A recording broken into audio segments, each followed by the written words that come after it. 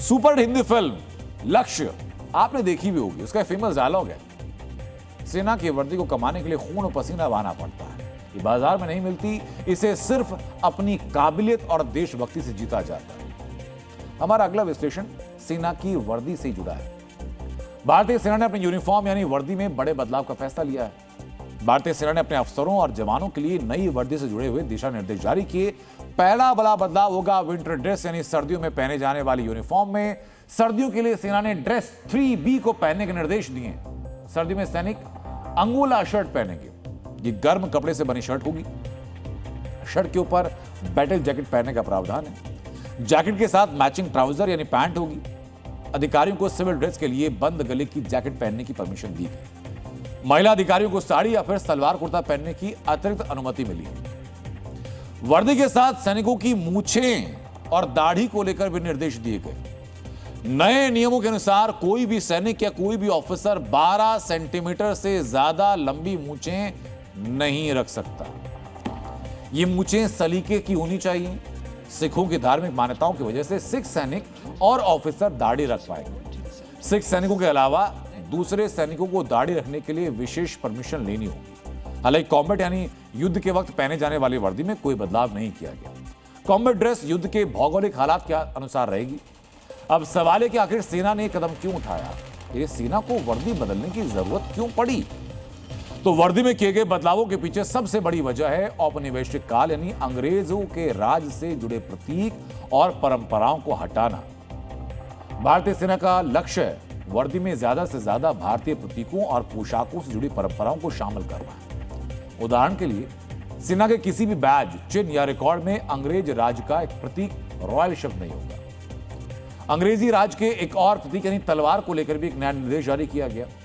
अब reviewing officer के लिए तलवार के साथ आना अनिवार्य नहीं होगा। सिर्फ परेड कमांडर और कंटिंजेंट कमांडर के लिए परेड में तलवार लेकर आना अनिवार्य होगा और यह परंपरा भी 26 जनवरी जैसे विशिष्ट आयोजनों तक सीमित कर दी जाएगी। मित्रों, जब जब हम वर्दी सुनते हैं अपने आप में मन में एक शब्द गूंजता है। यह शब्द है खाकी। हम वर्दी को खाकी से जोड़ते हैं।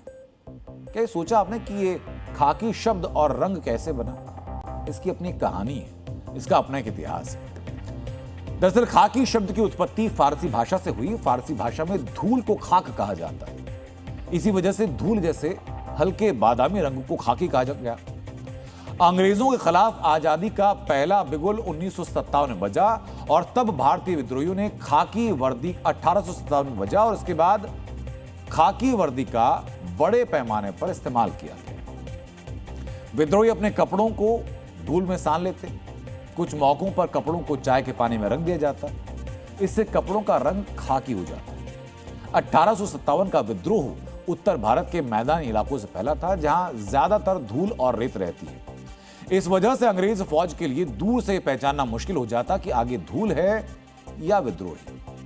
1857 के विद्रोह के बाद अंग्रेजों ने इस रंग के महत्व को पहचाना और खाकी रंग को तत्कालीन भारतीय पुलिस और सेना की वर्दी में शामिल किया।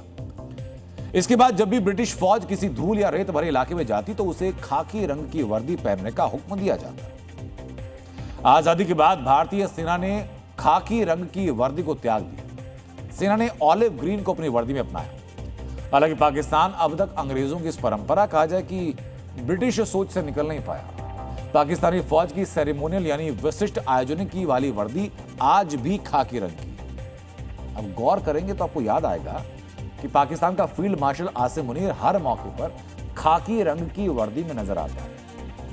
1947 में भारतीय सेना ने औपनिवेशिक काल का रंग छोड़ा था और अब जाकर वर्दी से अंग्रेजों के सभी प्रतीक मिटाए जा रहे हैं। वर्दी में बदलाव के साथ सेना ने कुछ और नियम भी बनाए। मसलन सैनिकों के लिए किसी भी प्रकार का टैटू बनवाने पर पाबंदी लगा दी गई।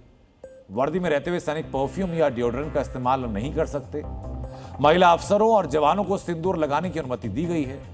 नियमों के अनुसार सिंदूर इस तरह लगाना होगा कि वो कैप यानी वर्दी के साथ पहने जाने वाली टोपी के बाहर ना दिखे। यूनिफॉर्म किसी भी सेना की पहचान होती है। शांति काल में परेड से लेकर युद्ध काल में घमासान तक एक सैनिक अपनी हर जिम्मेदारी वर्दी पहनकर निभाता है। लेकिन इतिहास में एक ऐसा अध्याय भी है जो बताता है कि वर्दी का इस्तेमाल शत्रु को डराने के लिए किया जाता था। दरअसल 16वीं शताब्दी में आज के पोलैंड और लिथुआनिया ने एकजुट होकर नया साम्राज्य खड़ा किया। नए साम्राज्य को पोलिश लिथुआनियन कॉमनवेल्थ का नाम दिया गया और इस साम्राज्य की सेना में घुड़सवार टुकड़ी थी जिसे हुसार्स कहा जाता। ये हुसार्स अपने कवच के साथ पीठ पर बड़े बड़े पंख लगाते और कमर पर बाघ जैसे रंग का लंबा कपड़ा पहनते। पोलिश सेनापति मानते थे कि इस किस्म के पहनावे से सैनिक महामानव लगते हैं और दुश्मन हुसार्स को देखकर डर जाएंगे। साल 1863 में जब उस्मानिया सल्तनत की फौज ने हमला किया तब हुसार्स को देखकर उस्मानिया फौज में अफवाह फैली कि मौत के दूत आ रहे हैं। इसी अफवाह और डर के चलते उस्मानिया फौज मैदान से भाग भी गई थी।